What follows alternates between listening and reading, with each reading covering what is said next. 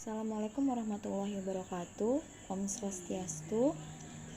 Baik, terima kasih atas kesempatan yang diberikan. Kami dari kelompok 7 atas nama Sahda Nabila Pramesti, Kadek Darmasari Dewi, Kadek Teguh Antara, dan Ibu Beni Angga.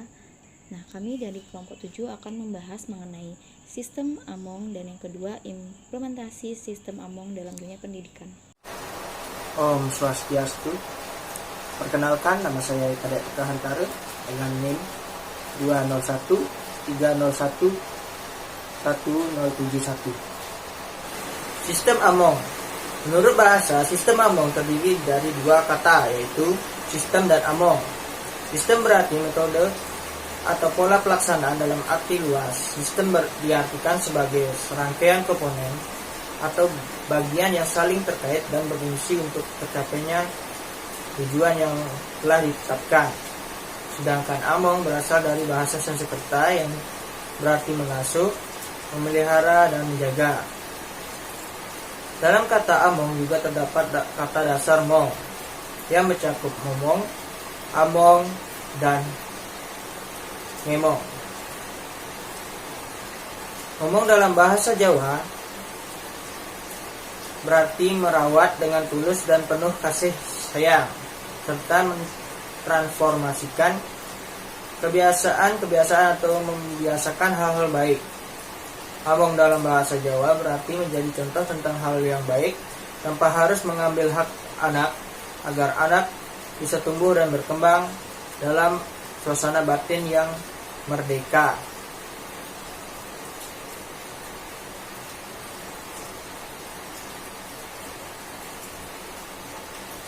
Ngemong dalam bahasa Jawa berarti proses untuk mengamati, merawat, dan menjaga agar anak mampu mengembangkan dirinya, bertanggung jawab, dan disiplin berdasarkan nilai-nilai yang telah diperolehnya. Dalam gerakan pramuka, sistem Among diartikan sebagai sebuah sistem pendidikan yang dilaksanakan dengan cara memberikan kebebasan kepada peserta didik untuk dapat bergerak dan bertindak dengan leluasa, dengan sejauh mungkin menghindari unsur-unsur perintah, keharusan, dan paksaan, dengan maksud untuk menumbuhkan dan mengembangkan rasa percaya diri, kreativitas, dan aktivitas sesuai dengan aspirasi peserta didik. Sistem Among adalah hasil pikiran dari Ki Hajar Dewantara. Ki Hajar Dewantara terlahir dengan nama Raden Mas Suwardi Suryaningrat pada tanggal 2 Mei 1889. Raden Mas adalah gelar kebangsaan Jawa yang otomatis melekat pada seorang laki-laki keturunan Ningrat dari keturunan kedua hingga ketujuh dari raja atau pemimpin yang terdekat yang pernah memerintah. R.M. Suwardi Suryaningrat merupakan cucu dari Sri Paku Alam III dengan ayahnya bernama K.P.H. Suryaningrat dan ibundanya Raden Ayu Sadiah yang merupakan buyut dari Nyi Ageng Serang, seorang keturunan dari Sunan Kalijaga. Oke, presentasi selanjutnya akan dilanjutkan oleh teman saya. Terima kasih. Baik, terima kasih atas kesempatannya. Di sini saya akan melanjutkan presentasi dari Teguh. Baik, perkenalkan, nama saya Ibu Beni Angga Sastrawan dengan NIM 201 301 1092. Nah, setelah menyelesaikan pendidikannya, Suwardi bergabung dengan kakaknya Suryo Pranoto yang membuka sekolah Adi Dharma. Dengan mengajar di sekolah milik kakaknya, Suwardi tidak merasa bebas mengekspresikan ide-idenya. Untuk dapat lebih bebas menyalakan pemikiran dan gagasannya di dalam pendidikan, ia mendirikan Taman Siswa dan mengubah namanya menjadi Ki Hajar Dewantara.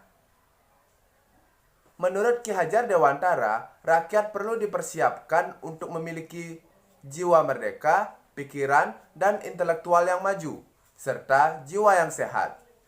Dari kesadaran itulah, maka lahirlah Taman Siswa sebagai bentuk gerakan pendidikan untuk melawan sistem pendidikan kolonial yang saat itu tidak sesuai dengan semangat bangsa Indonesia. Sistem Among yang dirumuskan oleh Ki Hajar Dewantara terdiri dari 3 prinsip kepemimpinan, yakni Ingarso Sung Tulodo yang artinya di depan menjadi teladan. Yang kedua ada Ing Madya Mangun Karso yang artinya di tengah-tengah mereka pembina membangun kemauan. Yang ketiga Tutwuri Handayani, artinya dari belakang pembina memberi daya atau kekuatan atau dorongan dan pengaruh yang baik ke arah kemandirian. Sistem Among harus digunakan secara terpadu, tidak terpisah-pisah satu dengan lainnya.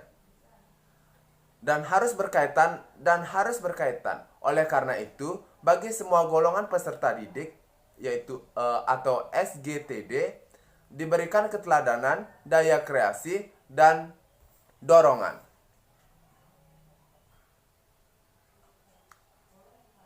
Peserta didik dibina sesuai dengan minat dan bakatnya untuk bekal mengabdi dan berkarya melalui proses. 1. Learning by doing, belajar sambil bekerja. Yang kedua ada learning by teaching, bekerja sambil mengajar. Learning to live together, yang artinya belajar untuk bisa hidup bersama. Learning to earn, yang artinya belajar mencari penghasilan. Yang kelima, learning to live, yang artinya bekerja untuk hidup. Yang keenam, living to serve, yang artinya kehidupan untuk bekal mengabdi. Dan yang ketujuh, learning to be, yang artinya belajar untuk menjadi dirinya sendiri.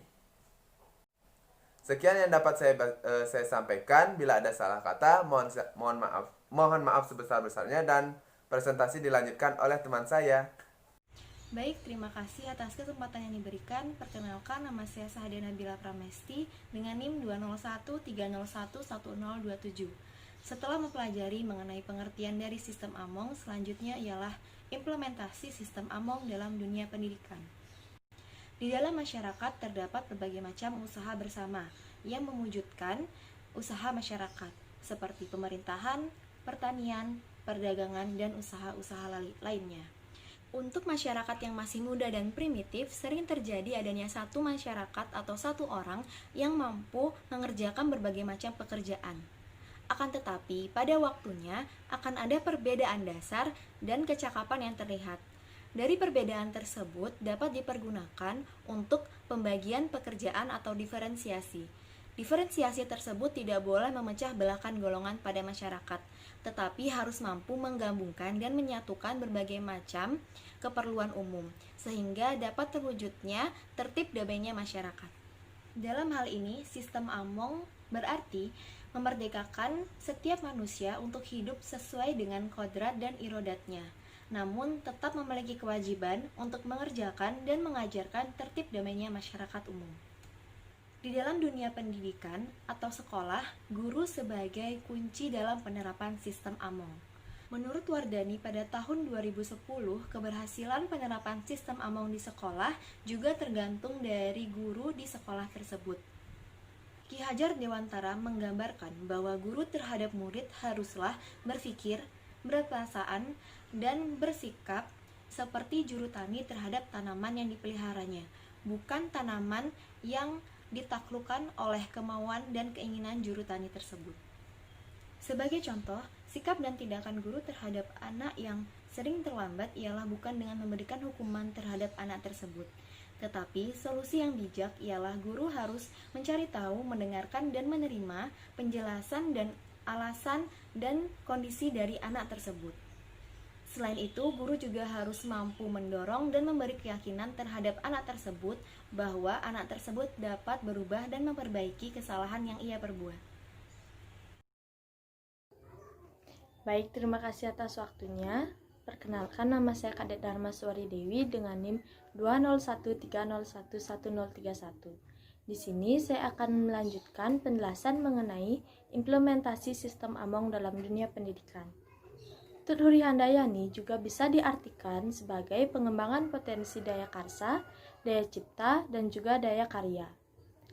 Menurut Ki Suharjo, anak didik seharusnya dibimbing untuk bisa menciptakan lapangan pekerjaannya sendiri. Anak didik seharusnya diarahkan untuk mengikuti pembelajaran yang kreatif agar nantinya anak didik bisa menciptakan produk dari hasil pembelajaran.